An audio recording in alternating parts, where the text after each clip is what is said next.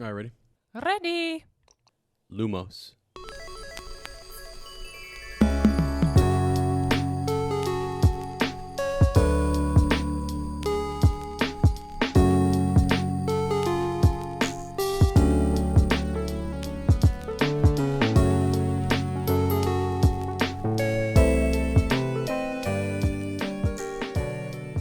Hello friends, welcome back to Shell Cottage Radio. I'm your host Ezra, aka Bill, also known as your friendly tech wizard, former captain of the Hufflepuff Quidditch team, the Flannel Wizard, yours truly, me. Please welcome your lovely design witch, the fascination of fourth year, and my wonderful co-host and yours, Lottie, aka Fleur. Hiya. Schön, dass ihr da seid. Welcome to Fleur and Bill's home base, our little shell cottage on the outskirts of Tinworth. There we go. Right back in. Yeah, so this is the fourth episode of Shell Cottage Radio, in which we will discuss part 1 of The Crimes of Grindelwald, which is the second movie of the Fantastic Beasts series.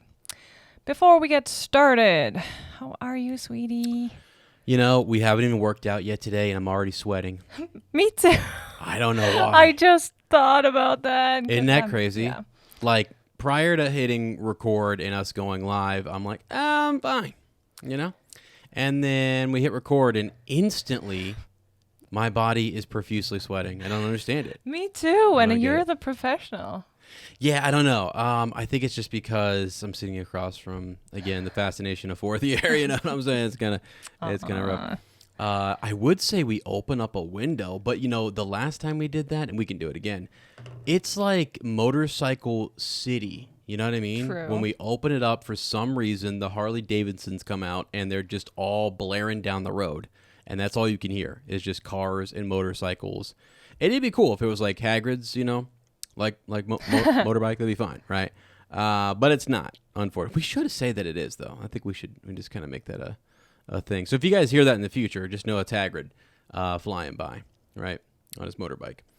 But anyways, no, I'm doing great. I'm doing wonderful. Happy to be doing this. We have another big theory at the end of this, and I feel like I got to pull that other one we did last time out and make that a separate YouTube video. Still haven't done that, and we're going to do the same thing with this one because some major cool stuff with a seer named Tycho at the end. I'm excited because you just told me about it. You read about it, and I have no clue, so I'm excited to hear it. Yeah.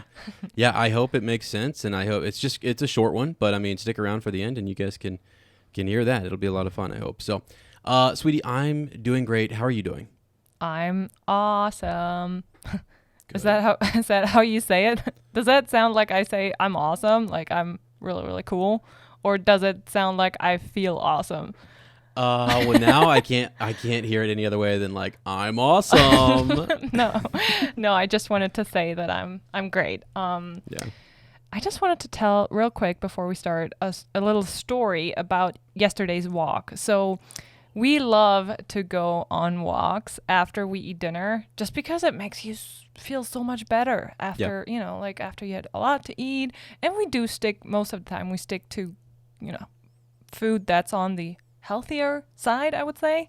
Yeah. But still, like we love to eat a lot of food, and we just, you know, we like to go on a walk after, so we feel better. And we spend time outside and together, and we talk a lot. Yeah.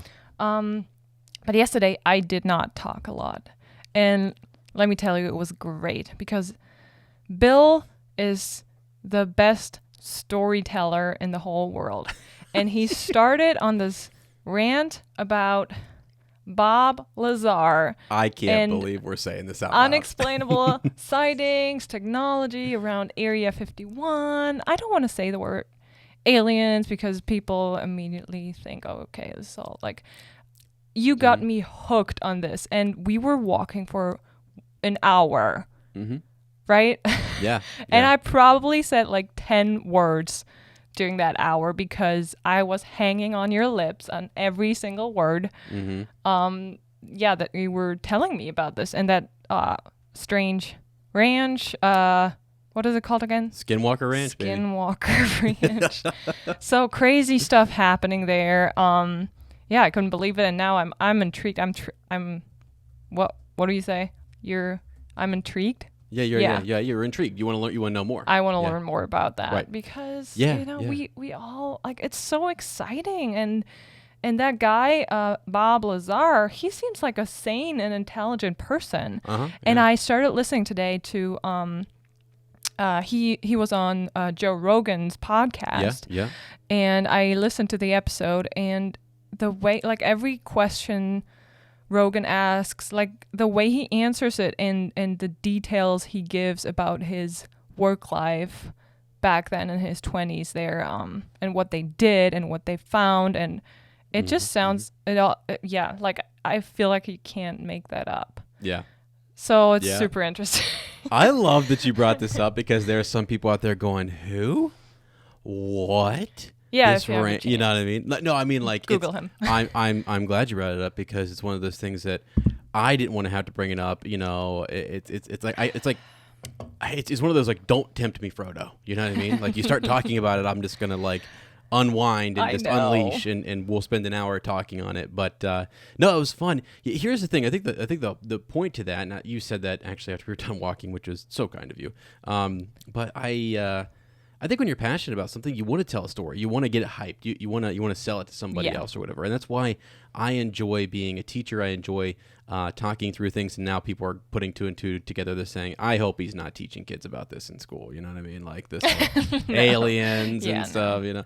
But no, I think it's fun. I'm into sci-fi. I'm into fantasy. I'm into witches and wizards, you know. Right. So for me, it's just like, why not? Let's go explore this. Let's go crazy here. I mean, I don't know. I just think the tinfoil theories and all that. I don't go some people go way too far with that stuff. But for me, I just like to be curious and ask questions and watch documentaries and see what people are saying out there. So yeah, that was fun. We had a nice long walk and we just chatted about it. And I told you at the end, I'm like, that's why I like podcasting.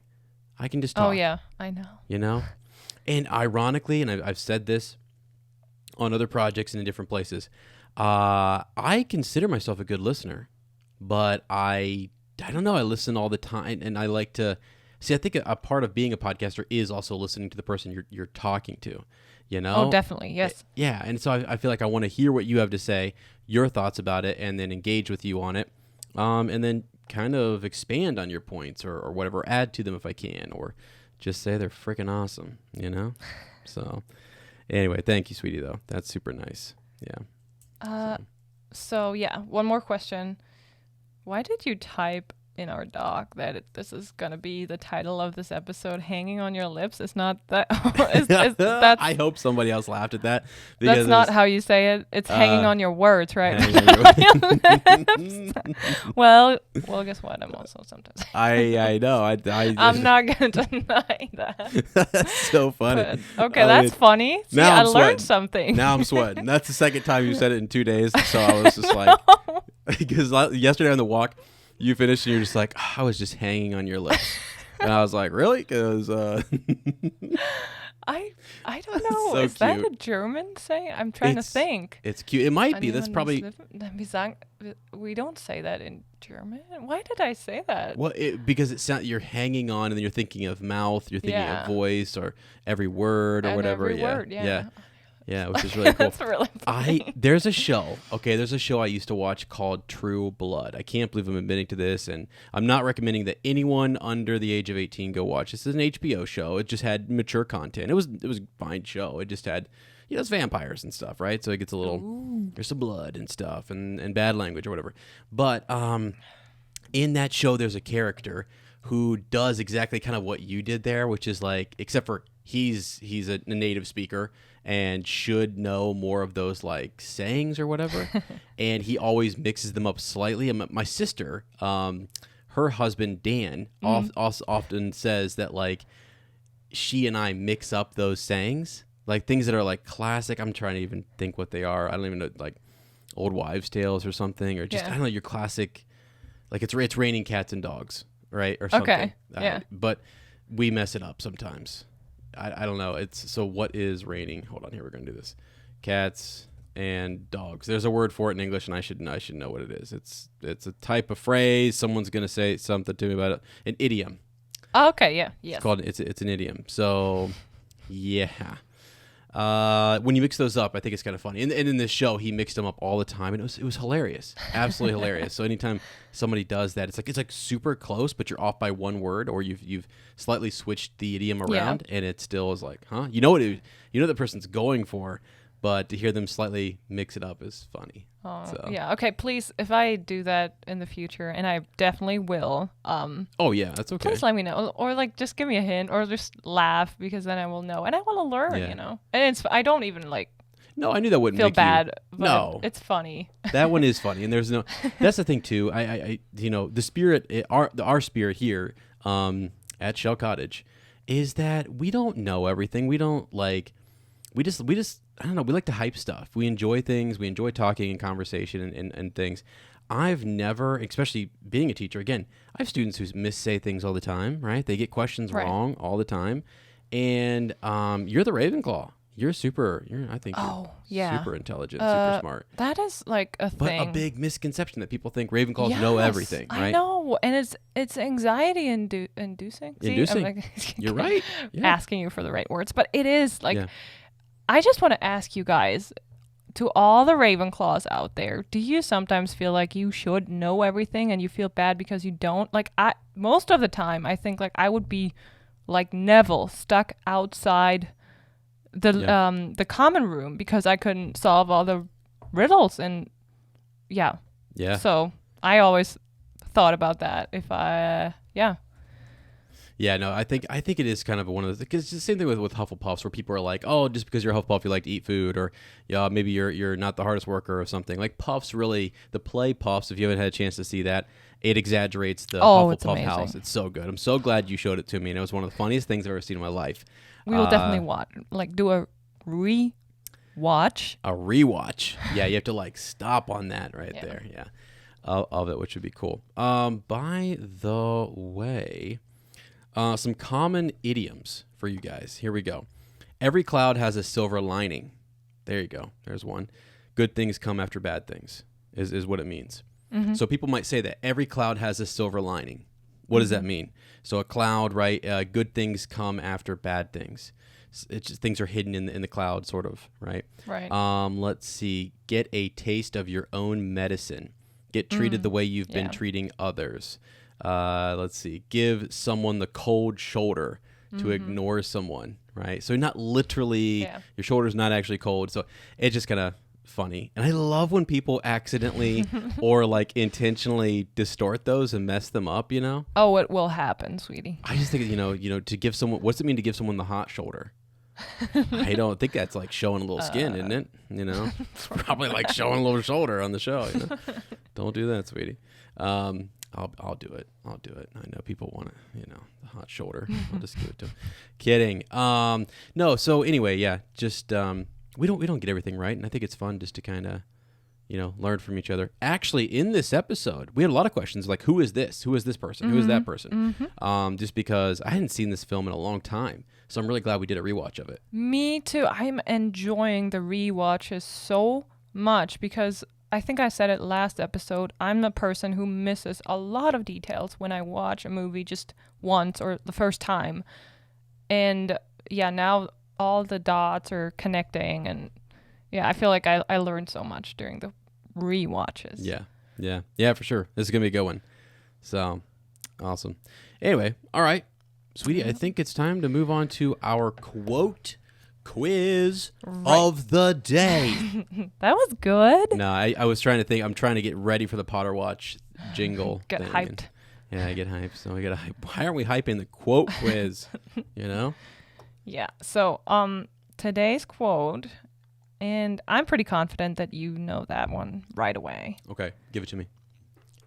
We have a very different idea of what disgraces the name of wizards. This is great.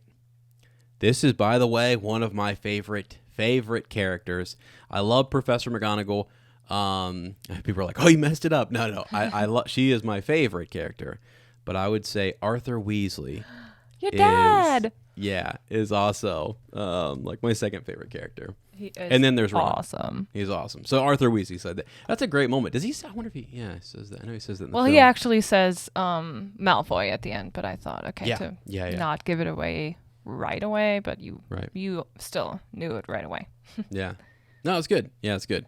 Yeah, we have a very different idea Mm-hmm. of what disgraces the name of wizards. Right, and I thought it was fitting to this episode because this movie is a lot about picking sides or not picking sides, which we will talk about later. But Yeah.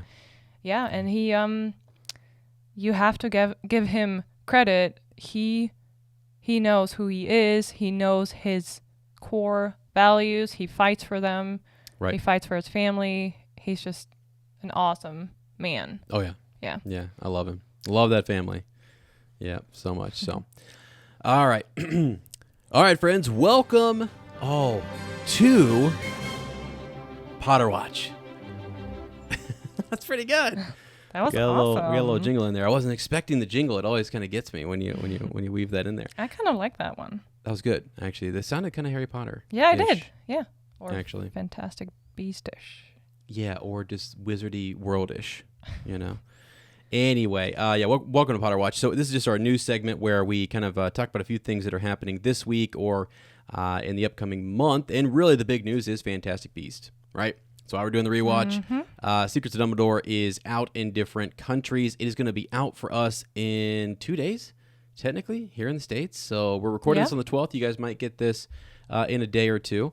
So we'll be covering it then. But for right now, we do have some interesting news, and it's just kind of, this might be spoilers, so you might want to skip ahead 30 seconds to a minute or so, just in case you consider this spoiler-ish, just a little bit. It's not much, though. It really is not much. I think it's a lot of things that people knew already in the film, because we actually had there's been this, I think it was in this film, where, I think, well, maybe I'm wrong.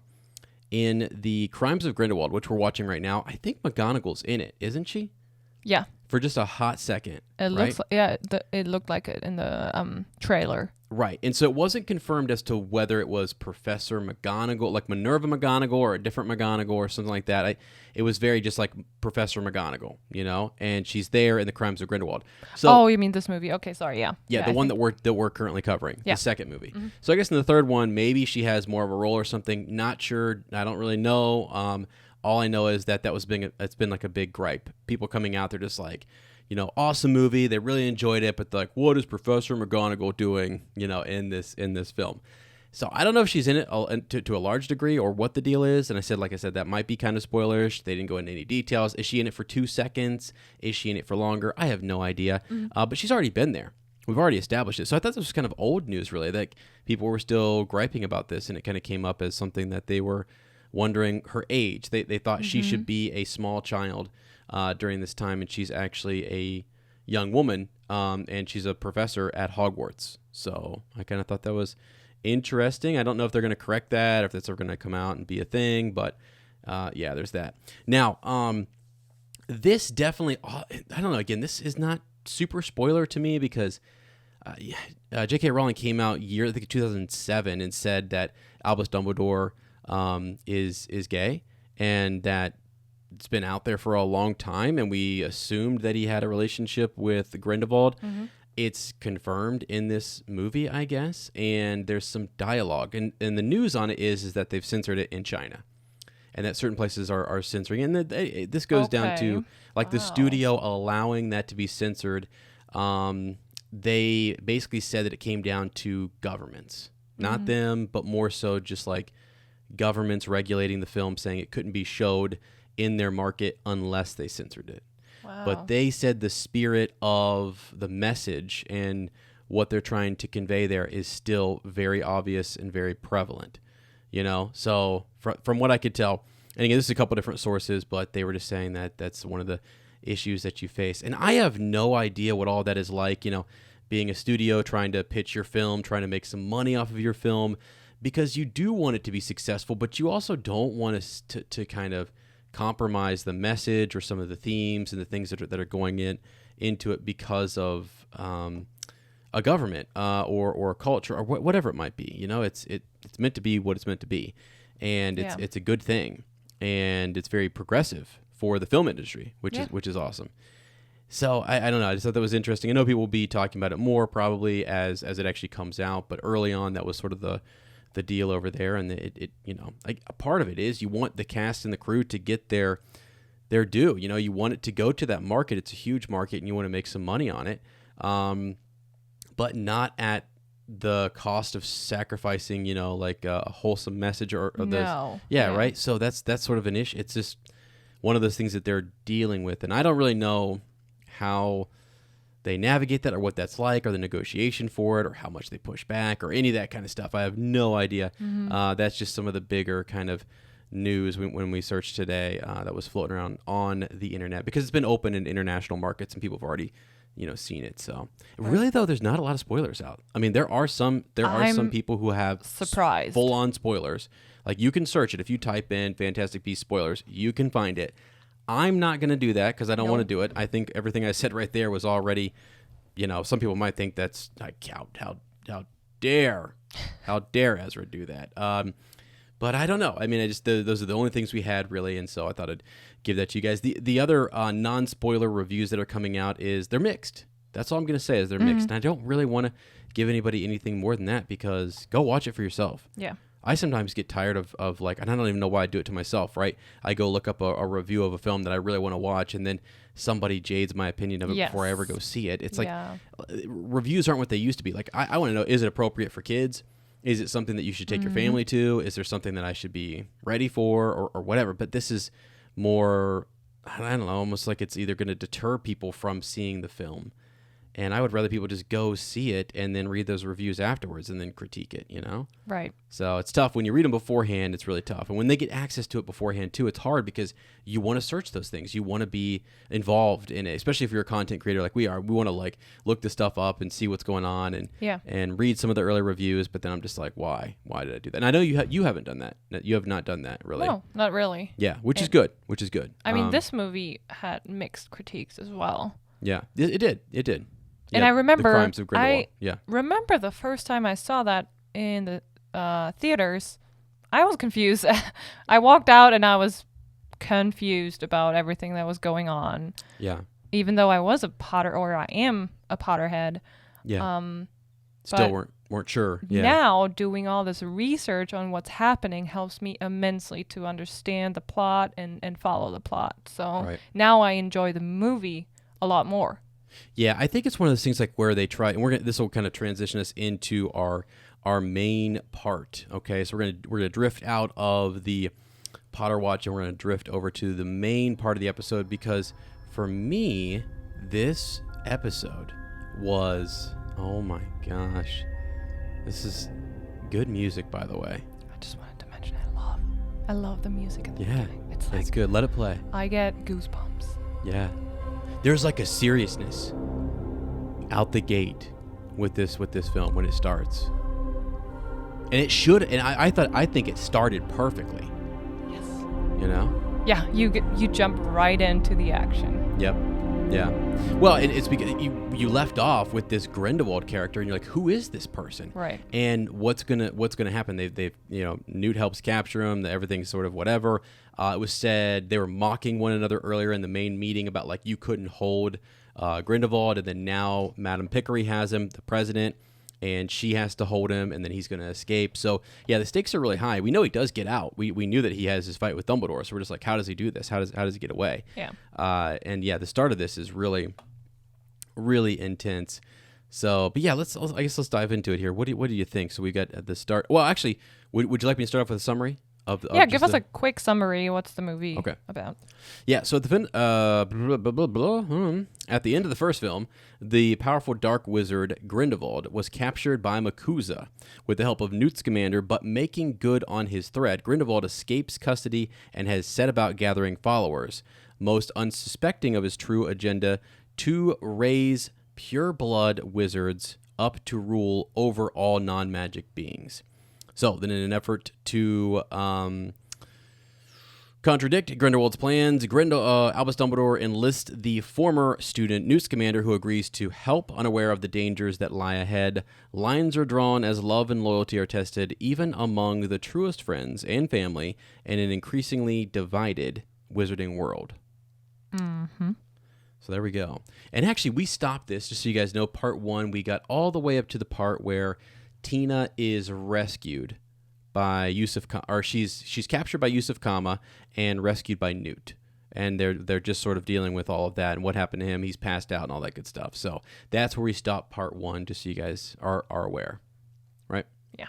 Thank you for the summary. Yep, and it's I don't know if you didn't mention it. It's 1927, so it's the next year. We don't really know if it's exactly 1 year from all the events in the first movie, but it's definitely the next year now. Mm-hmm. And we, like you said, we start out with the escape of Grindelwald, and I just wanted to talk about like long distance traveling for a second in the wizarding world. Yeah. Because I keep wondering. So Newt, in the first movie, we see Newt. He travels from the UK to the United States on a boat, right? Just like the Muggles. So between Europe and the US, it's long distance, and they don't seem to use like port keys, or they can't apparate. They have to use other means of transportation. So that's interesting to me, because in this movie, they have to transport Grindelwald from the U.S. to the from the U.S. to the U.K. And they use what's that called, sweetie? A buggy? Buggy? Yeah. Yes, that buggy. It's pulled by Thestrals, I think. Thestrals. Yeah. Mm-hmm. And just an escort of wizards surrounding it on their brooms. Right. I'm like, this is a highly dangerous prisoner, and they don't have any quicker means of transportation. That's interesting to me, that distance is, such a big hurdle for them. Yeah. I want to read something. So just when we talk about apparition and what and how you could use it. So just a reminder for folks that you're traversing the space in between, and you have to focus on the desired location in your mind, and then purposely disappear from where you are at to reappear at the desired location. But you have to, and they talk about this in the main series, you have to visualize it, know where it's at, and you have to almost have been there. You have to be familiar with the location, in a sense. So I wonder, Newt and just other wizards, like if you haven't been there and you're not exactly sure, it's dangerous. You can get hurt. So it is the fastest way to travel, but it's tricky to pull off correctly, and it is disastrous if you get it wrong. So also the ability to apparate it's a relatively advanced skill for wizards, but other magical creatures were capable of disappearing or reappearing of their own volition as well, such as house elves. Apparition was a popular method of travel in the wizarding world, though it was stated that plenty of adult witches and wizards did not bother with it, preferring broomsticks, the Floo network, or port keys. Albus Dumbledore once noted that most people vomit the first time they apparate. So again, it's also just like, I think it depends on how long, where you want to go, and all those good things. It's range. So apparition had a range limit and became increasingly difficult with the distance to be traveled. It was advised that intercontinental apparition should only be attempted by the most highly skilled of wizards, otherwise risking splinching, severe injury, and death. Apparition also required to be familiar with the terrain of the place the wizard wanted to visit, as they needed to be able to visualize it clearly. So there you go. Just a reminder, because I think people have a misconception that you can just apparate wherever you want. Yeah, no, and this kind of ties into what we mentioned in the beginning. Like, I don't want to get into the science of magic, because that's not what it is. It's magic, okay? It's something beyond science. But if you want, like, maybe they, distort time and distance, and it gets trickier, and it requires more power the more distant a place is, Yeah. It definitely could. And I thought maybe how a port key works is someone puts a spell on it and almost makes, it's almost like an apparition with the help of that object. So it makes sense that a port key wouldn't work either for a long distance travel, because they use a port key to get from England to Paris to France. Right. So it's not that far away, and a port key still works. But if you want to go long distance, maybe it's the same as apparition. The other thing we noticed too in this film was that Newt says to Newt says to Dumbledore, you intentionally like kind of hooked me up or tipped me off about the Thunderbird, knowing I would have to go through a Muggle port.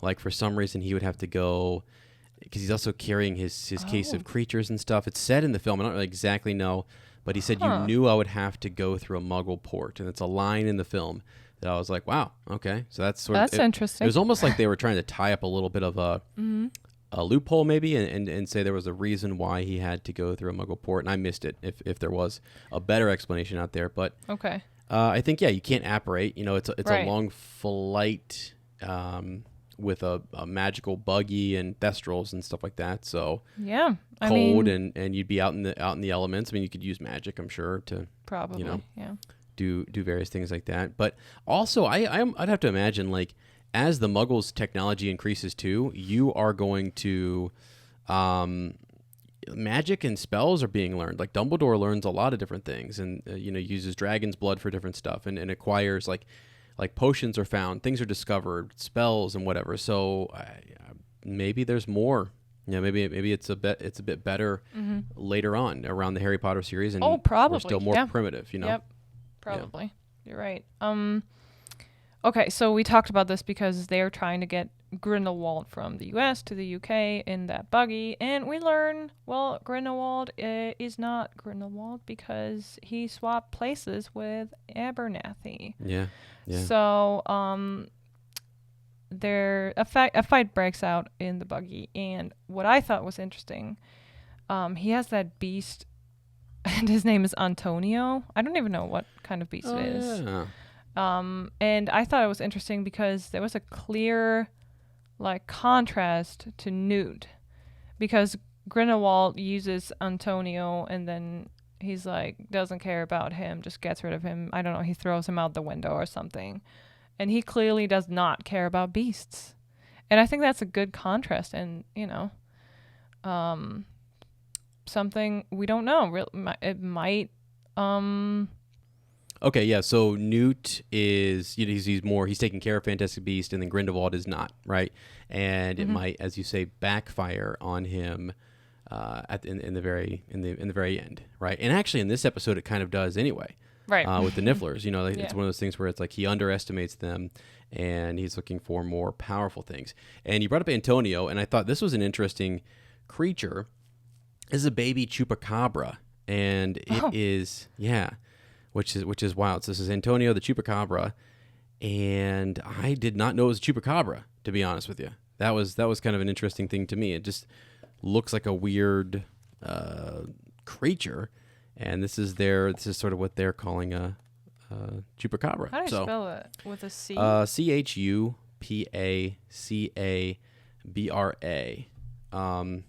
So yeah, kind of a fascinating little guy. And yeah, shortly before Grindelwald's attempted extradition to Europe under escort by several auras, he actually jumps out of the box and he helps sort of get everything, rolling as Grindelwald's getting in the buggy, getting his wand back, getting his little blood pack kind of whatever that thing was, like necklace charm thing back. So it's kind of cool. But he gets thrown away. Antonio gets tossed out the window, like you said. And I was thinking that you said maybe it's the idea that he undervalues Fantastic Beasts that might be his undoing in the end. Yeah. I was thinking Antonio might come back. Who's to say Antonio didn't survive just to splash in the water? You know what I mean? He could show up later. Yeah. So. Oh, that'd be cool. Yeah. It's unknown if Antonio managed to survive the fall or not. That's what's said on HarryPotter.com. So, or fan.fandom.com. Interesting stuff. So, yeah, shout out to Antonio, I guess. By the way, that creature is not in Fantastic Beasts and Where to Find Them in the book. Yeah, the Chupacabra. Yeah, no. So a Chupacabra is something they're always trying. It's a legendary creature in folklore from parts of the Americas. Oh. Which is interesting, and it doesn't look anything like what we saw there. So I don't know where they got that it was a Chupacabra, but I'm going off of the fandom page. Okay. Its physical description, it varies as to what it looks like. Some people call it reptilian, alien-like. Some have reported it looking like a coyote. It's known to be reported as far as like as north as Maine and as far south as like Chile. But here in the Americas, it's sort of one of those types of like urban legend creatures, mystical kind of things. We don't really know what it is. There's always some news article that comes out. Someone found a chupacabra body and they have it in their freezer or something. It's some weird thing. I don't even know. So that's cool though. Cool that they included that creature. Interesting. I guess. Yeah.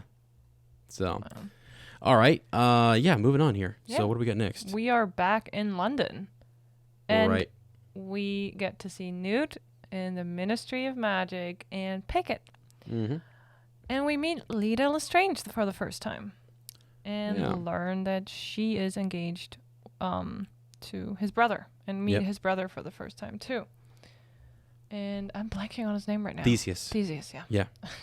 Yeah, they're together, yeah.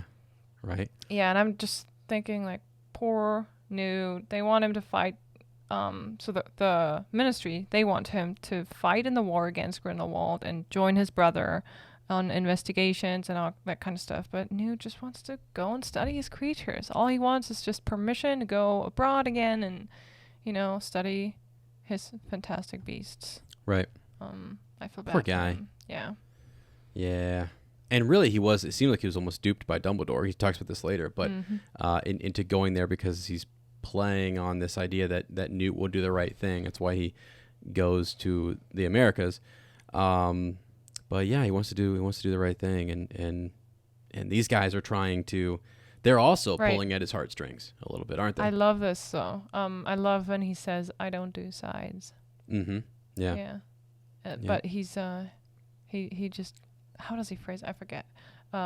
He definitely says, "I don't do sides," and then I do the right thing or something. Mm-hmm. But yeah, once they tell him, they basically want him to kill Credence. He's out. He's out on that. He doesn't do that kind of stuff. No. Nope, not at all. Because I think they just know that he can get close, and so that's the idea is that, well, he could get close. He'll be a part of his brother's sort of group, like the Aura department, and we'll just kind of go after him. Well, and who fills in for him? Gunnar? Grimson. Yeah, Grimson. Yeah. I didn't know who he was, yeah. I tried to look him up, but there's not a whole lot on him. He's just described as a dark wizard who worked as a bounty hunter in the 1920s, and then he was a follower of Gellert Grindelwald. Mm-hmm. Yeah. Not a nice guy. And it seems like Newt knows him already. So you know what? One of the nice things with film and with storytelling is that, like, Newt we don't have to know much about him. We can just read Newt's reaction, and that tells us everything we need to know about that character. We're like, he's a bad guy. Yep. Not good. We don't have to get into all the details and stuff on it. And there's really not a lot, Lottie looked it up, and there's just really not much there on him other than he's a dark wizard. We see what he does during this episode, and we see that he works with Grindelwald. Right. Like, he secretly works for Grindelwald, even though he's a ministry worker. Right. So, yeah, interesting person. So now this is where, so I'm going to pick up here in some of your notes here. When we go back to the whole scene with, he's being followed, right? He's being followed. Like his brother still tells him that, hey, even though you don't want the job, you don't want the gig, you're being followed. And there's a whole kind of comical scene where he's headed back to his little house and everything with Bunty there doing everything. And he does some magic. He very easily, whoever is meant to be like his shadow is easily duped, and he gets away, right? So I thought that was kind of cool. Oh yeah, true. Like who that guy is kind of a slouch, in my opinion. But yeah, what else you got, sweetie? That little scene in Paris when we see Grindelwald knows Credence is in France, so he travels to Paris, and they kind of set camp in Paris, which means they killed probably a Muggle, I would say, to just live in their house. Yeah. And it's like you see that scene where Grindelwald, he has a baby killed, almost like baby Harry, who's left. Yeah. But also, we see that a coffin, right, is carried out of the apartment or the house. Right. So that was probably a few days later. And I can hardly believe that whoever got the dead parents out of there would have forgotten the baby. So that's kind of strange to me, but it's probably just, I don't know if it's supposed to just show where he stands and how far he's ready to go. Yeah, just to set him up to be a really bad guy. Yeah, he doesn't care about babies. Yeah. Yeah, pretty awful. Yeah, I know that scene when it first came, people were really just like shook by that and not a fan of it, and was it necessary? Could you have done it a different way? Make him out to be a bad guy without doing that. Yeah. So that was an intense scene. Yeah. And yeah, we get the look at his followers. We see Abernathy there too, which was interesting. Right, and then that French lady. Yeah. And then Dumbledore and Newt meet. They have an emergency meeting, and I think that's the first time we see Dumbledore, right? Yeah. Young Yes. Dumbledore Yep. in the movies. Yep. And what is interesting here is that he mentions, okay, there's rumors about Credence's heritage, but I think it's so cool that Dumbledore says, like, okay, I know that an obscurus grows in the absence of love. Like, he says, I know. Look, as if he's talking from experience. Right. Yeah. How does he know that? Right. That is interesting that he says, I know that an obscurus grows in the absence of love. Right. So good call. Probably. Yeah. Well, referring to his sister, Ariana, here. Yeah. And then another interesting thing. Do you remember that? What he said there? He talks about Credence and then that a brother or sister could save him. And last time we talked about our theory, or not our theory, I'm sorry, a theory we have read, that Credence might be Tina's brother. Yeah. And that Tina would be his sister. Yes. Right. And so we had said in that episode we'd only mentioned brother, and we thought, well, what about a sister? And actually Dumbledore does say or a sister. Or a sister. Yeah. So pretty interesting. Yeah. No, that is cool. And it's interesting that he's doing the same thing that the Ministry is doing, but differently, right? He wants him to go find Credence and, not kill him. Right. Right. That's the thing, is to kind of, I don't know, like there's rumors about his heritage, all this different stuff, and things are going on. Dumbledore is in on that. He knows what's going on there. He's probably guessing some of what maybe Grindelwald plans to do with Credence and how he plans to use him against him. Right. I would imagine Dumbledore seems to know a lot of those things, but he knows how Newt cared and was involved and invested, and so wants him to go. Gives him the card. He's got the fancy glove, hand rolling around, the magical glove hand with the card that says, "Here you go, check out this little safe house." He's like, "Why would I need a safe house?" Right? Well, if everything goes wrong, you might need the safe house. So Newt, just take the card. That's cool. And not to flash forward too much here, but while we're on the topic, there is no. Well, let's see. Newt does not necessarily decide to go because of anything the Ministry said, or because of anything Dumbledore said. But it's all about Tina being there. That's where Tina's at, so that's where he's going to go.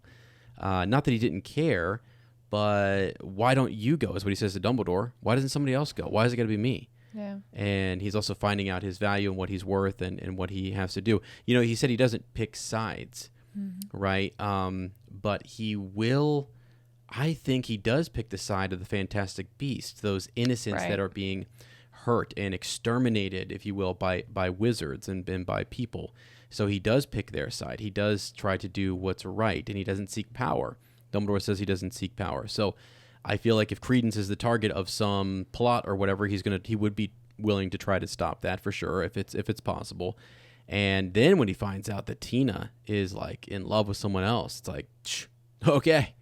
And she's in Paris, and it's where Credence is, which, by the way, adds a lot of, I guess, weight to the theory we talked about last time. Yeah. Why is she so obsessed with Credence? And she's there again because she's heard the rumors.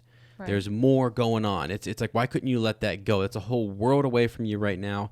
He is away from the bare bone connection and just seeking out his family. So it's interesting that she is also seeking him out, you know? Yeah, definitely. And she, goes all the way to Paris to find him. Yeah. Yeah. Crazy. What else you got, sweetie? Back to Newt's place. Right. Yeah. We meet Bunty, his little helper. Mm-hmm, mm-hmm. I think she's in this film the new film, a lot more, isn't she? I think so too, yeah. Yeah. Yep, she Yeah, plays cool. a bigger role in the new movie. And we get introduced to more beasts. For example, a Kelpie. And I'm just watching this scene again where he's... I don't know what he tries. Oh, I know what your question trying is. to And do. it's Because we see him riding on the Kelpie. right. And then it's a little confusing to me in that scene because we're in his apartment and we know the same magic that goes on in his suitcase where you have the different areas and landscapes for the different Yeah. beasts. It's like charmed so that he can go in and that's probably the same charm that's in all over his, like in his apartment, you know. Yeah. But then he's riding that Kelpie underwater, and then the Kelpie goes up, and he goes like above the water, and it looks like the Scottish Highlands to me, and like reminds me so much of Loch Ness Yeah. that I'm wondering is Nessie a Kelpie? Yeah, what's cool, I haven't brought up the X-ray yet, and I'll go look real quick to see if they say anything about it during that particular scene, because that was an interesting. I have it here. There's nothing about it in the X-ray. Okay. Yeah, because it looks like it, doesn't it? It looks like he could even be, a lot. When they describe Nessie, Nessie has, and again, this is so great because you brought up Bob Lazar and all we have left. So we've got aliens, UFOs, we've got Area 51, we've got Nessie now, we've got a chupacabra in here. The only thing left is Sasquatch. Okay, so like Bigfoot. That's the only thing we haven't talked about yet. But yeah, I think that really could be Nessie. That could be their kind of interpretation or take on Nessie being this magical creature that sometimes people see out on Loch Ness. That's awesome. Yeah. I think it's a real cool connection. Yeah, I really like that scene. And that whole part on that they really try to put a lot of emphasis on his relationship with the beasts. Yeah. Yeah, for sure. And how he takes care of all of them. Yeah. Yeah, he does. He's rushing around. Bunty's there doing her thing, and he even gives the Kelpie a little bit of a, hey, no more nipping, right? No more nipping. He seems to listen to Newt, and Right. he's just super skilled, and it's awesome. And so is she. She does a great job getting those nifflers back in there a little. And that was a cute little scene with the nifflers running around trying to grab everything. Right. It's cool to see baby nifflers. It's almost like they asked the question, how do you get more cute than a niffler? And they said, what about baby nifflers? And it's Okay, like, yeah. Perfect. That's a great thing to do. So, okay, yeah. And then Jacob and Queenie show up at Newt's place. Yeah, which is awesome. I mean, they're stumbling in. Queenie, we know. It's shocking. When you first see it, you're kind of like, you didn't really know. It didn't make sense. When you first are watching the film, you're like, what is Jacob doing here? And then you're just in shock. And slowly we figure out that he's there because Queenie has forced him to be there. Yeah. And they have been dating in secret, though, which was pretty cool. Back in America, they were dating. We can infer that. Right. That they've talked about it a million times or whatever. And finally, she just kind of charmed him and then said, we're going to England where they're more progressive about these things. Yeah. It is so sad that she feels the need to do that. I know. Because, I mean, she is... Clearly, this is not ideal for her. She is hurt. She does that because she's desperate. Mm-hmm. But I don't think she truly is happy about how, she wants to be free eventually and to be free to marry Jacob, and that's the love of her life. And yeah, and so it's something that Grindelwald was eventually would kind of use against her as just this whole freedom piece. Like, why can't we? Why are we not able to do that? What's the deal here? And they have their little spat where she can read his mind, and he said crazy, and she said coward. Mm-hmm. Gosh. And they just got into a fight. And the crazy thing is she apparates and he can't go after her. No. Right? So, we just... So he goes back in. He's talking to Newt. Maybe this has happened before. Maybe they've gotten in a fight before and she apparates away. And he's like, she'll be back. Yeah. Or whatever. Yeah. But she did say she's going to see her sister. So he knows that. He goes back in and tells Newt about it. And he's like, all right, hey, she's going down to see Tina. And he figures out, well, Tina is actually in Paris. Right. And that's what he figures out. Now, there's this whole piece, too, and I see you have in your notes here, Achilles Tolliver. Yeah. Who is this guy? Again, tried to find it, but not a lot. Just he was an American wizard who worked as an Auror for the magical, MACUSA in the 1920s. And... yeah, that he dated Tina for a while. And that Jacob thought the name Tolliver was amusing. Funny, yeah. Anyways, so not much on Achilles Tolliver here. Yeah. But I love the scene when Tina enters like the wizarding festival on Paris, the streets of Paris. Yeah. And the lights, the colors, the beasts, like a festival is cool when you go to a festival, but a wizarding festival is like so awesome. Yeah, another level. Yeah, it's pretty wild. When she dips in underneath the statue and stuff, and that that was really kind of cool. And then she goes right in. You're like, you're instantly like, what is going on? Immersed. Yeah, it's this huge thing. Yep. Yeah. And why does she go there? Because Nagini and Credence are there in the menagerie. Yeah, menagerie. Yeah. And that's interesting. So Yusuf. So there's rumors out. I mean, Grindelwald is there as well. They're all there because of Credence. They all want to be near him, and we're about to figure out very quickly as to why that is. But they each have their different reasons for wanting to see him, which is interesting. Now that I think about it, Grindelwald has his own reasons. Yusuf Kama wants to kill him, right? Tina wants to save him, and Grindelwald wants to use him. It's crazy. It's just kind of a crazy thing. He's got three different people wanting to pull him in different directions, so he's really torn, and he's just trying to find his mother. But he's there with Nagini. Yeah. Which is interesting. Like, what is Nagini doing there? I am so excited to find out what is her role in Fantastic Beasts in the series. How does it tie into her being essentially Voldemort's pet, or even like more than that? Yeah. I mean, she's going to be a Horcrux too. And so important. Like, that's probably, if he loved anything or anyone, it would be Nagini. Yeah. And I'm dying to find out how she ends up in that place. And because she seems pretty actually like nice, or we don't know much about her. Not nice maybe, but it just doesn't seem like she's a cruel person, or she would go, she would go into that direction of dark wizardry. Yeah. It makes me think, and this is just a theory and speculation here, I wonder if Nagini is sort of like later on, like you think of why would you join up with Voldemort? Even whether she's truly already turned into a snake and she truly is just like can no longer take human form. I would have to imagine that if there's still some understanding there or some intelligence in Nagini, which again, Voldemort is speaking to Nagini all the time, Parseltongue, all of that stuff. Is it because she and Credence split ways and they don't agree, and she does end up sort of following sort of Grindelwald's path, and this idea that she is sort of mistrusted or despised by muggles or whatever, or even in the wizarding world, she's something to be looked at and poked at, and like, you know what I mean, a part of a circus. Yeah.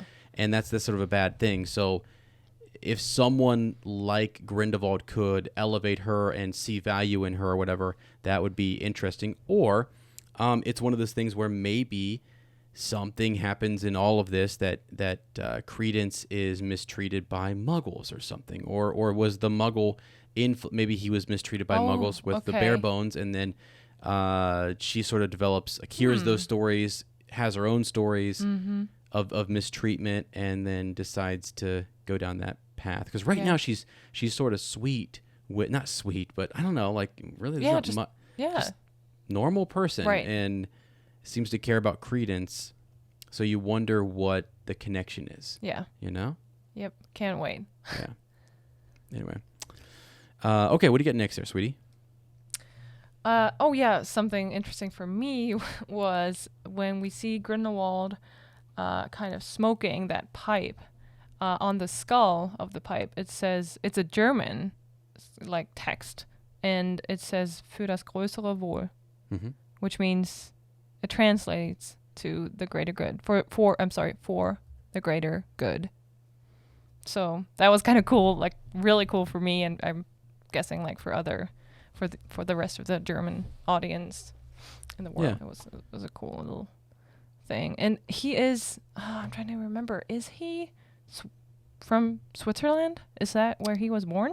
I don't exactly know where he was born. I know that what I saw in the X-ray thing was that he attended Durmstrang. Yes, and we don't really know the exact location of Durmstrang. That's a mystery. Yeah, I'm not really exactly sure where he was born, or because I think that's what we're gonna get in this next film is a lot of his origin and maybe like his connection to Dumbledore and their early life and everything. So, yeah, if you find it, that's awesome. But I think it's just cool that we have those little connections like the German text, and we have things like just an international connection. You know, we're going to get more of that in the next film. We got the Americas to start, then we went back to Europe, and now we're down in Paris. We get to even see their sort of, it doesn't come up in this part, but we get to almost see like their ministry of magic, if you will, which is pretty cool. So, yeah, in the streets of Paris and just different locations. It's awesome. And then the German connections are there too. It's great. Yeah. So, yeah. All right. Now, when they're meeting, so when Grindelwald is meeting with his followers, and he's using the skull, as you said, and he's sort of blowing around this vision and everything, he is asked about, he kind of, Credence shows up, and he's this is where we learn that he's after Credence because Credence is the only entity that could kill or destroy Albus Dumbledore. Yes, and he admits that Albus Dumbledore is the greatest threat to their cause. Yeah, absolutely. So again, remember, Voldemort always said Albus Dumbledore is the only wizard who would, be strong enough to defeat him. He was always afraid of Dumbledore. That was the only as he should be person as he feared. Should be. Yeah, that's a cool little moment, and so it's also like. We find out later, like we know Dumbledore is saying things like, I can't move against Grindelwald. And we're thinking, it's probably because he loves him. You know what I mean? And then we find out, no, it's more than that. There's a blood pack. There's something more. And you don't really know that at this point in time. You've just seen sort of the, whatever you want to call it, the thing, the charm, whatever, the necklace thing that has the blood pack in it. And it's really you almost think it's just like that he either fears Dumbledore or doesn't want to go against him or doesn't think he's powerful enough to take him, but yet he has the Elder Wand, and he is seeking Credence, who he thinks could destroy Dumbledore. Now, I actually think it's like since they made the pact. This is an interesting point, sweetie. You ready for this? You ready? Okay. I am. Sorry. So the Elder Wand is in the possession of Grindelwald. If he were to duel Albus Dumbledore, I think he could beat him with the Elder Wand, maybe, or like with he should, yeah. I mean, I don't know. Like that wand is supposed to kind of prevail, unless there's something that Dumbledore more secrets up his sleeve, or he possesses something else, an invisibility cloak, a resurrection stone. I don't know how those things, if they have other powers or properties or things that they could be used, but yeah, you would think he could beat him in a duel. And right now, the thing is, Grindelwald can't duel him because of the pact they have. Right. There's no way to break that necessarily. So that's a protection against Dumbledore attacking him. But really, I start to ask the question: would Dumbledore even do it, knowing he has the Elder Wand? Yet, would he duel him, knowing he has the Elder Wand? Well, I would say to protect other people, probably. But would he win in a fight with Grindelwald, even though he's got the Elder Wand? Well, what you can do, and we learned that along the way, cannot beat him, but you can disarm him. Yeah. But I think, yeah, okay. I almost would feel like Grindelwald would have to be caught on, I guess caught unaware or something. Who knows? I don't know. I don't really know all the dynamics on that, but I just think it's interesting that I would be cautious to move against somebody who had the freaking outer wand. I would just be like, okay, I'm a little bit nervous about it. Yeah. So that's why I think, anyway, since he can't move against him, he's getting Credence to do that for him. Mm-hmm. And then if that takes care of it, all is good. And then otherwise, he could, if there's a way to get beyond the blood pact, then he might duel him. I think Grindelwald would go after Dumbledore too. Yeah. Maybe. But he does respect him at least. He does know he's a powerful wizard. So. Yep. Definitely. Yeah. Yep. This is cool. All right. Let's see. You have down here, Jacob and Newt use a port key to get to Paris. That was pretty cool. And I love that you said when we were watching it about the amount of money that it costs to get there. Yes. Crazy amount of money. It was it was fair enough just to get to Paris, but then to pay somebody off for not seeing Newt Scamander was a bit more. Right. Right? Yeah, fame has its price or something. Yeah. He says. Yeah, but they go to Paris and they're obviously trying to find Tina and Queenie. And this part was super interesting to me when Newt recreates that scene, the whole festival scene again. Mm-hmm. And he uses, what does he say? A kind of powder and a spell. And I found something interesting on Stack Exchange. There was a question, what was the spell Newt casts to find Tina? And it seems like very advanced magic. And we learn, they give him praise that Newt is a powerful wizard. And we said it last time, too. He dueled Grindelwald. He is a powerful wizard. Mm-hmm. And they say, hey, that looks like something, Dumbledore is a powerful wizard. And it looks like something that could have changed lots of events in Harry Potter universe if more people used it. Mm-hmm. They go on about, like, for example, the whole basilisks incident. Yeah. The just going back and seeing what happened, kind of mapping what happened in the secret in the Chamber of Secrets. The victims. Yeah. That were found. Wow. So that's really cool. I just thought that was interesting. Yeah, that this spell could have been used for a lot of other things. And see, that's where I actually think Newt is very. I think he's very powerful. I think he's a powerful wizard. He's a very smart, intelligent wizard, and he knows how. He's very resourceful and has a lot of different resources. It's almost like in terms of superheroes or whatever. If you want to make a comparison here, like Dumbledore is kind of like your Superman. Like he's got all sorts of powers. It's just crazy powerful, and like you wouldn't challenge him. But Newt reminds you almost of an animal-loving Batman, I guess. I don't know, because he has all these resources in his like utility belt of stuff that he can use. Right. He's got Fantastic Beasts. He's got some weird powder thing that he's using there. He's got just different tricks that you haven't seen other wizards try because they don't quite understand them or value them. And so I think that's what's really interesting. So the Achilles Tolliver situation, I wouldn't be surprised if we had almost like a friendly duel later on where he takes on another aura and yes, it's almost like fight, like the cliche fighting over the girl thing happens or whatever. But he would be so polite about it. I think he wouldn't want it, but maybe Achilles gets a little overprotective or whatever and pulls his wand, and Newt I think has to step up, puffs his chest out and says, "There we go." Cute. Right. So one thing I wanted to add. I feel like didn't he ask his nifflers to do, maybe you need nifflers to perform that combination of powder and spell, and was it like, they were tracking. I feel like they were doing something, so they were maybe tracking you do Tina. need them. Yes. Yeah. Right. I don't know if he it was the feather or what it was, but there was something like his niffler finds where feather, Tina, yes. Yeah, where Tina stands and is rolling around in that spot like, oh, I found it, and right. he runs over like, oh, good job. That's really cool. Yeah, again, he's a tracker, and that's another thing too, is that like he is.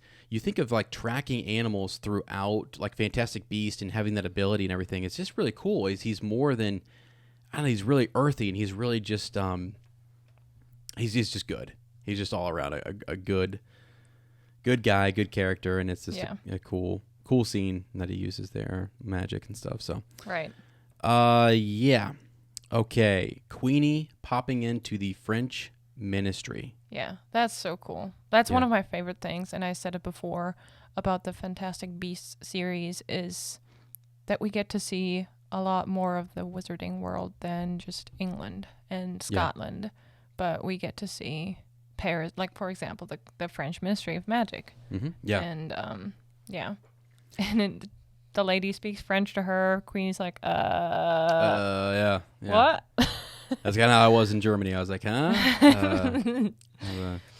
But yeah, then we see that old lady in the ministry, and I'm like, what? She looks like 100% to me. She looked like Bathilda Backshot or Nagini, if you want, in the Deathly Hallows part 1. Yeah, that's funny. And we find out that's really Abernathy. Yeah. In disguise. And again, they use that image of an old lady. Right. He's a dedicated follower. Oh, I mean, he does a lot. He's got that forked tongue now, and he's doing a lot for Grindelwald. He kind of reminds me almost of a worm tongue. Once I saw his tongue, I thought, in a Lord of the Rings connection here. Oh, so okay. Saruman has his understudy or his assistant, Wormtongue, and it seems like this is the role that Abernathy is kind of trying to take with Grindelwald. Like, I'll do anything. I got it. I got you. Your guy. And he does really put him through a lot. Right. So, yeah. That was funny. I almost said, like, sweetie, his name is Wormtail. Wormtail, yeah, because he is a lot like Wormtail. I know, but you were referring to a different character, and I was like, sweetie. Lord of the Rings, sorry. I had to make the Lord of the Rings reference. Yeah. So, all right, so let's see. Yeah, Queenie now. She thinks she hears Jacob talking. It's a sad moment, you know? Yeah. I feel bad because it's like, okay, I mean, there's also a realization that he came for me. He came looking for me, even though I was trying to find my sister, Tina. So she's running into the rain, trying to find him. And then, boom, as you have here, runs right into Grindelwald's followers. And he lays these seeds of doubt and questioning and just all sorts of stuff. He kind of plants a seed that he's wanting to grow in Queenie's mind to bring her over to his cause, to his side. Yeah. So, yeah. And the one thing he does say a lot of times is that he wants Credence and Queenie and other people to come to him willingly, right? Yeah. He also does something that Voldemort says as well. He's not going to unnecessarily sacrifice other wizards and wizarding blood and stuff like that. Like, they'll learn in time. They'll come along. Yeah. He finds that to be precious. And and it's all about manipulating people and having the big plan, and right. They're just his puppets, basically. Right. Exactly. Yeah. So, all right, now on to a really interesting character. You ready? Whoa. What's going on? Whoa. Is that Hagrid? Is that Hagrid? Is Hagrid in this? Now, he does like Fantastic Beasts. So that would be a surprise. Wow. Oh, there he goes. Good gravy. Jeezy cow. I used to joke that I owned a motorcycle back in the day. And I always joked about it because my mom would never let me. Like, I sat on one time, and then she was like, that's it. That's enough. Or, I'm just not coordinated enough to ride one. Although, his has the side hub, the side seat or whatever. True. And I think it's a little safer if you have that for balancing and stuff, I feel like you're almost in a tripod situation or a tricycle situation. So we'll definitely try that out this weekend, sweetie. We will. That's right. We'll be on his motorcycle ride down at Universal. That's right. I'm so excited. I know. It's gonna be great. It's gonna be great. So, but yeah, back to Irma Dugard. I mean, is this who this? Who's Irma. Irma Dugard. Well, shout out to Irma. Again, another elderly lady, and she seems to be like truly the servant of Credence's mother. At least she took Credence to Mary Lou Barebone. Yeah. And she had all the, her name was on the adoption papers. Right. So Credence thought she must have been his mother, but turns out she was just a servant. And Nagini is with him, so Credence and Nagini go to see Irma. But then Grimson shows up, apparently working for the ministry to track down Credence. But he ends up killing Irma instead of Credence because he really works for Grindelwald, and that's Grindelwald's plan. Now that Irma's dead, that was the last chance to find out, really, to talk to someone and find out who his mother is. And Credence gets really mad, and his Obscurus breaks free. And I think it was pretty interesting that Grimson he didn't have a hard time to defend himself from the Obscurus. He seemed pretty chill, and it's like, okay, I'm out of here. Yeah, actually, which kind of showed he's a pretty strong Yes. individual, actually. Because the Obscurus is basically the weapon that Grindelwald plans to use against Dumbledore. Right. And he's right. Like, I feel like Grindelwald just wants to fine tune Credence a little bit and give him some more room for definitely. something, because and also that guy is no slouch. He is definitely a guy who is a big deal and seems to be one of like Grindelwald's secret guys who's way up in his order. Mm-hmm. You know what I mean? Like way up in the ranks. Yeah. Because he definitely held his own, and I thought that was interesting. Yeah. So. Yep. And now Credence is mad, and he will seek out Grindelwald. Mm-hmm. In the next part. But the last scene we're going to talk about in this episode is Newt and Jacob are trying to find Kama. Mm-hmm. Yep. Use of Kama. Right, yeah. Because he was with Tina the last time she was seen. And we were wondering, right before they meet, they track him down, the feather is reacting to him. And he's in the bathroom, and he puts like eye drops in his eye, and we were like, what is that? But it seems like it was really just a parasite in his eye. Nothing that really contributes to the plot here, right? Wow.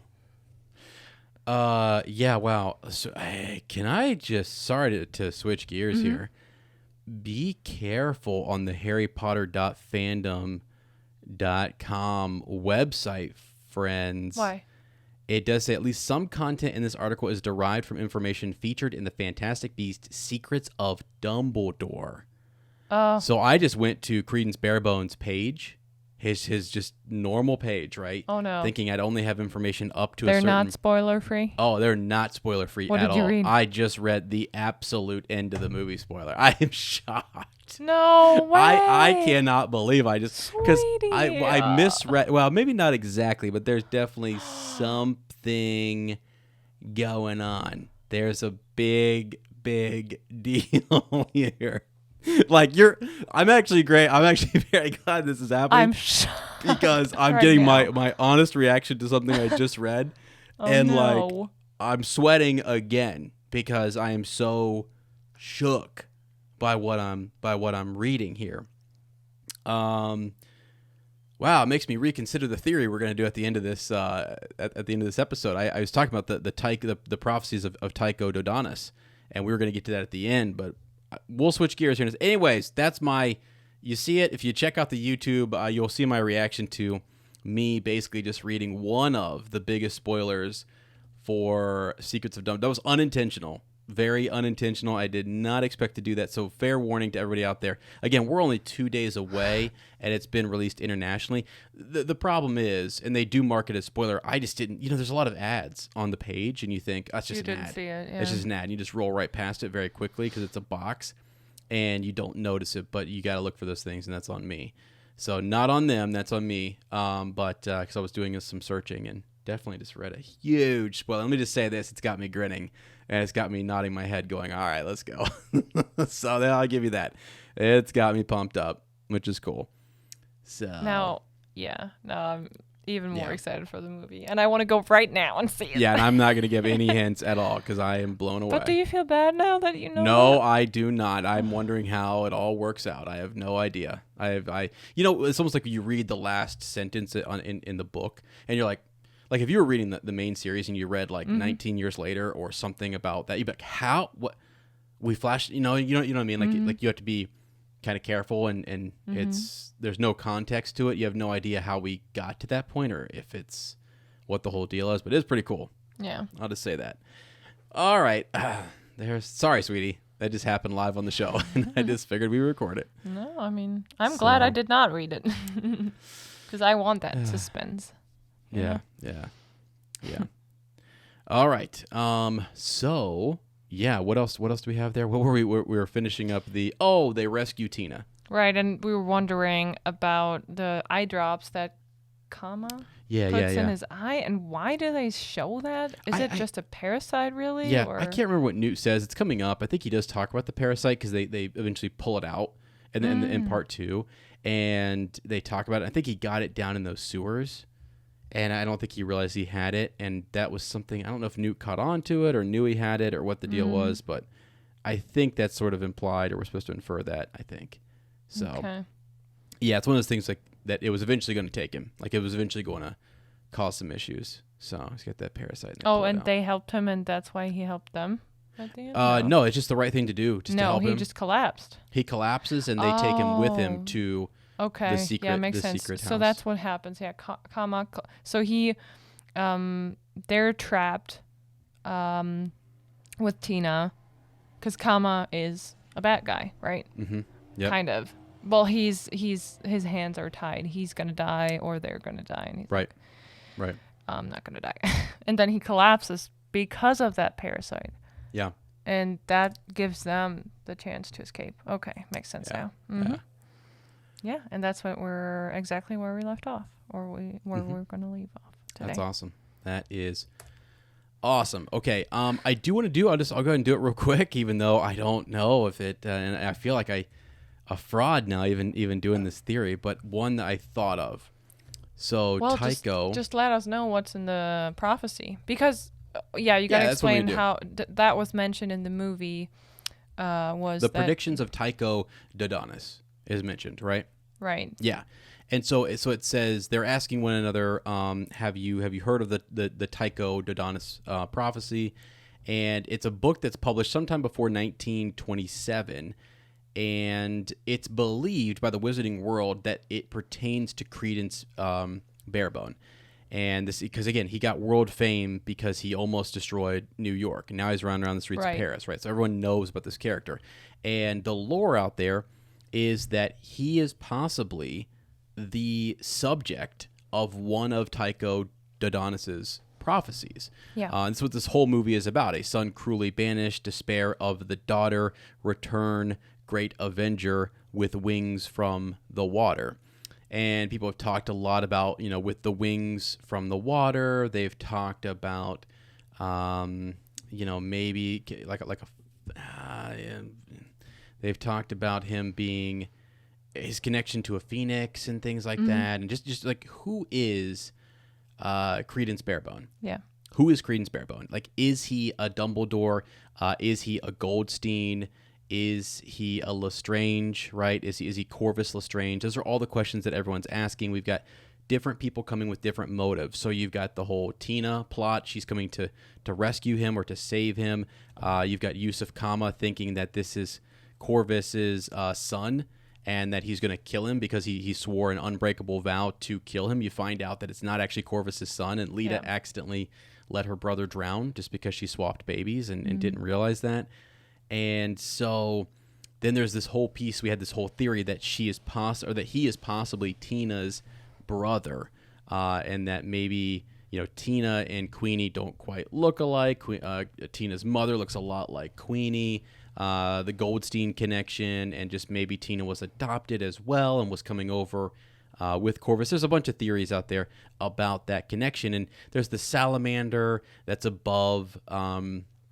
That's above Credence, right, in the promotional stuff in this movie. So you had Credence, and then you had Nagini, and above Nagini is a snake, and above Credence is a salamander. And what does Newt say about Tina? She has eyes like a salamander. Yep. And you're like, okay, well, there must be a strong connection between him, between Credence and Tina. And what is that connection? And so in the predictions of Tycho Dodonus, so if you want to go down this route, that Tina is really his sister. You have a son cruelly banished, despair of the daughter. And I just thought, and replace daughter. So everyone says that's Lita Lestrange, right? And it says, return, great avenger, with wings from the water. This is a prophecy. They're trying to take a prophecy and apply it to a person. And they said the despair of the daughter is Lita. And they said a son cruelly banished was Corvus. But that's not necessarily true. Like when you read it more, Corvus sends his son away. He doesn't necessarily banish him. He just sends him away for protection because Yusuf Kama was the Avenger, right? Return, great Avenger with wings from the water. It's a mislead in some way. We don't know exactly what it means. We know that it was wrongly interpreted in this film. And I was trying to make comparisons to it in later films and say, okay, who else could be that daughter? Who else is the son that's cruelly banished? Who is the great Avenger with wings from the water? You can look forward to the next film and say, is that something to do with Tina? The despair of the daughter, is that having something to do with Ariana, right? So Ariana Dumbledore, right? Despair of the daughter, a son cruelly banished. Who you have two sons, you have Aberforth and you've got Dumbledore. Return, great Avenger. Does somebody come back and avenge what happens to, Ariana with wings from the water? I'm just looking at different ways to kind of interpret it, and so I kind of wanted to throw out the topic of the Tycho Dodonus predictions and say, what do you guys think? Is there another way to kind of look at it? So the Wizarding World learned that of this prophecy and then credence, and they attached this prophecy to the Lestrange family and all the drama that goes on between Yusuf and Corvus, and him vowing to kill Corvus because he imperious cursed his mother. Yusuf Kama is the half brother to Lita, right? So I thought he was just making that up to mislead Tina. No, it's true. Oh, okay. That's true, yeah. Okay. Yeah, and so that's something we'll get into the second half. So Yusuf Kama, the last of his own pure blood line, had sworn an unbreakable vow to his dying father to kill Corvus Lestrange and believe himself to be the great Avenger. So he believes that he's the great Avenger in that prophecy, and that the despair of the daughter is Lita, because he initially wants to attack that which Corvus loves most, and he thinks it's Lita, and he goes after Lita. It's not Lita. Lita was not what Corvus wanted. He wanted a son to carry on his name and everything, right? So it's one of those things. So it's all jacked up and it's kind of misinterpreted. And I thought, how do you take something that happened in this film, a breadcrumb that was laid here, and attach it to the next film? Like, is it going to be fulfilled with the Dumbledore family? A son cruelly banished, despair of the daughter, return, great Avenger with wings from the water. Like, I think there's a lot of ways you can look at the Secrets of Dumbledore, and say maybe that's a prophecy that ties into them a bit more. I don't know. Because it really doesn't come to any, it's not necessarily, true, is it? I mean, it's like a son is cruelly banished. I don't think he's sent away. The despair of the daughter, the return of the great Avenger. I mean, it doesn't really finish itself. It doesn't really say what it's going to do or what it pertains to. It's very vague and unfinished, sort of. So they almost call it more poetry than it is necessarily a prediction. So, but now he didn't really want to talk about it because it doesn't really tie into the next movie.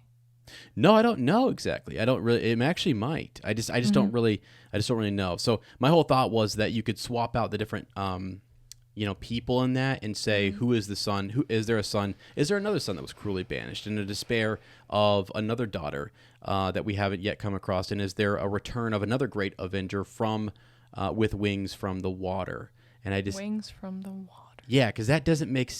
I don't understand how that's attached to Yusuf Kama. And if I'm missing something, definitely let me know. But it doesn't seem to be a little bit. I don't know if it's Credence and Tina, and then Newt, who is the Lord of the Beasts, if you will.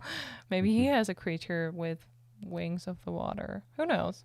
But also, Yeah. it's about Dumbledore. The next movie, I don't know. This is what the Harry Potter .fandom.com says. So this prophecy was proven to not be about the Lestrange family when Lita Lestrange revealed her darkest secret. While on a ship to the United States, she grew angry at her baby brother's constant crying and switched him for a quieter baby. Revealed to be Credence. Before she could reveal what happened, the ship began to sink and was evacuated, leaving Corvus to tragically drown, something which haunted Lita for the rest of her life.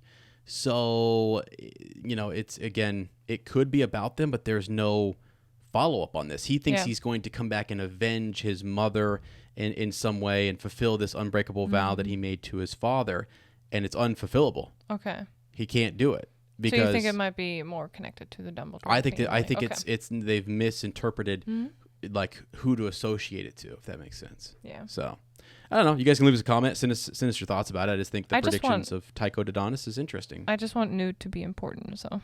Me too. I know. I hope he's He's gonna be saving the day.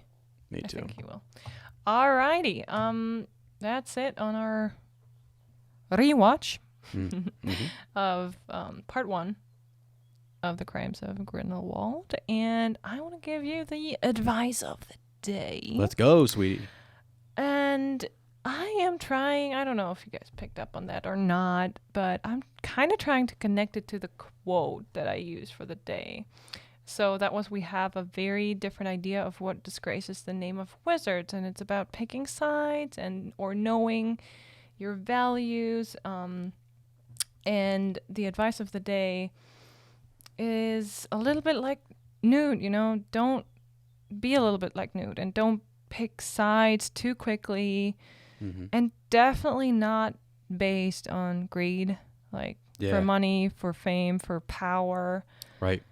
But more importantly, do what is right and what resonates with your core values.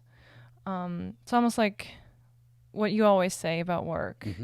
Kind of like if you do what is right every day and you do it the best way you can, you have nothing to fear, right? Yeah, it is. It's the great comfort that you can have, that you can give to yourself, is to go at everything. And it's hard. To do the right thing is not always easy.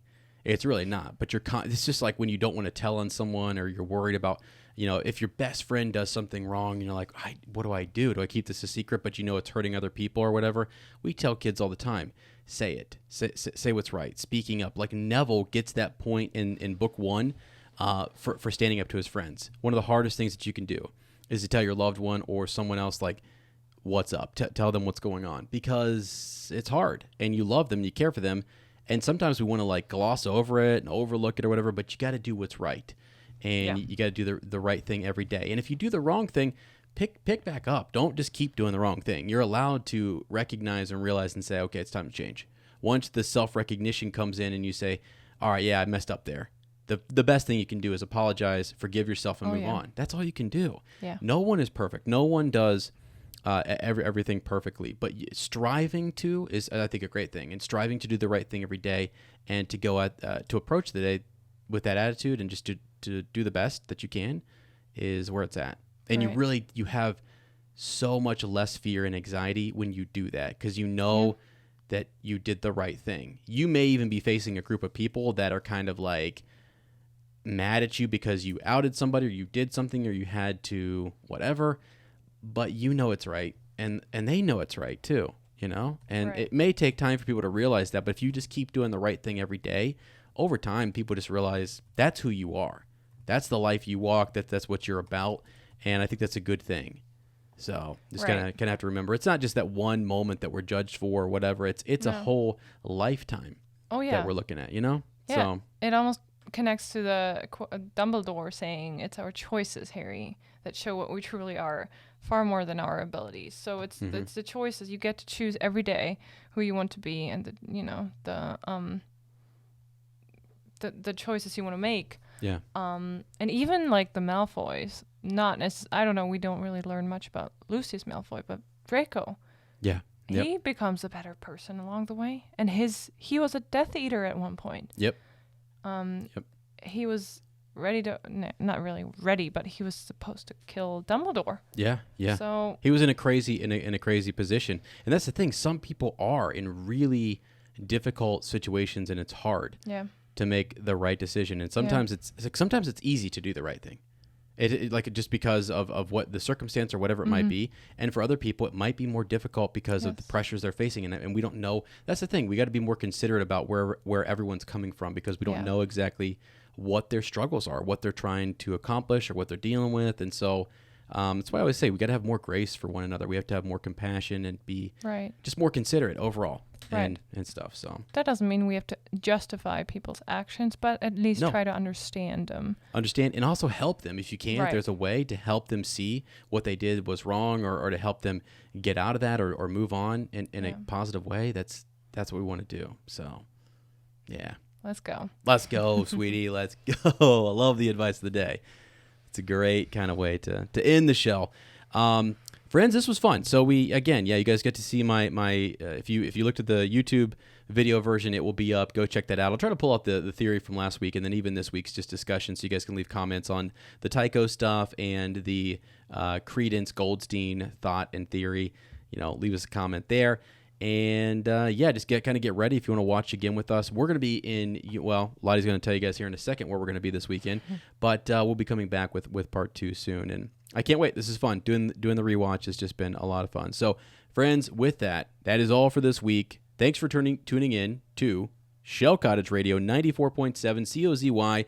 We hope you'll join us in the future. We thoroughly do enjoy meeting new positive Potter people that don't behave like babbling, bumbling band of baboons. If you don't want to miss next episode, then be sure to subscribe to our podcast and leave us a review, and follow us on social media at Fleur and Bill.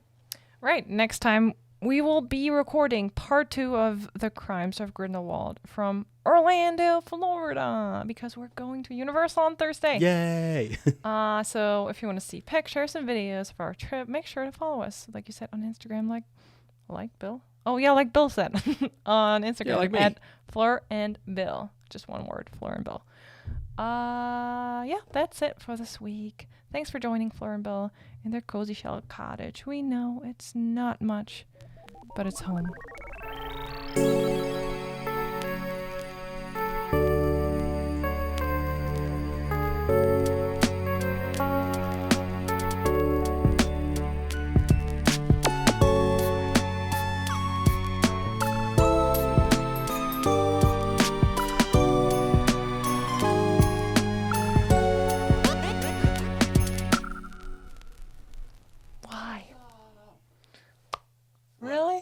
I want to know, though. You read something. Does that debunk our whole theory about Credence and Tina being related? Knox.